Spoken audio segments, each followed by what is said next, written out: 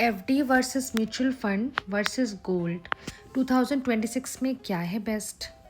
2026 में पैसा लगाएं कहाँ वैसे? एफडी में सेफ खेलें या फिर म्यूचुअल फंड से ग्रोथ ले लें या गोल्ड लेके टेंशन फ्री हो जाएं? आज मैं आपको नंबर्स के साथ सच बताएंगे।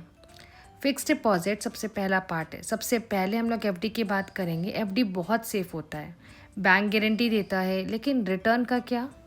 एवरेज एफडी का रिटर्न 2026 में 6% से 7.5% पर ईयर है। टैक्स लगता है as per your income slab. Inflation अगर 6% भी है ना तो real profit almost zero.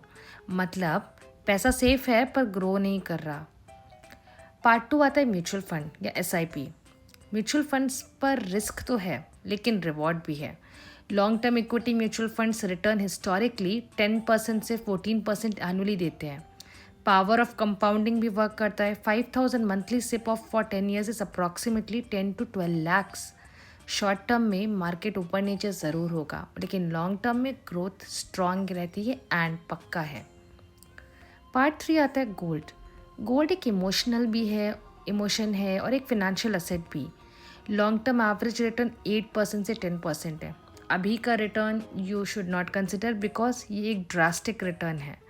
Still average return आपका 8% से 10% रहता है। मार्केट क्रैश में भी गोल्ड बहुत ही स्टेबल रहता है और डाइवर्सिफिकेशन के लिए तो बेस्ट है। लेकिन सिर्फ गोल्ड से वेल्थ क्रिएट करना मुश्किल है। सबसे पहला पॉइंट, अगर आप सेफ प्लेयर हो तो आपके लिए एफडी ठीक है। अगर आप वेल्थ क्रिएट करना चाहते हो तो म्यूचुअल फंड, और अगर बैलेंस चाहिए तो गोल्ड प्लस म्यूचुअल फंड का कॉम्बो। स्मार्ट स्ट्रैटेजी है 50% म्यूचुअल फंड में, 20% गोल्ड में और 30% इमरजेंसी फंड में। रिच लोग एक जगह पैसा नहीं लगाते, डाइवर्सिफाई करते हैं। कमेंट करो आपका पैसा अभी कहाँ लगा हुआ है, एफडी, एमएफ या गोल्ड में। अगर आप स्मार्ट इन्वेस्टिंग सीखना चाहते हो ना तो प्लीज़ फॉलो करो फाइनेंशियल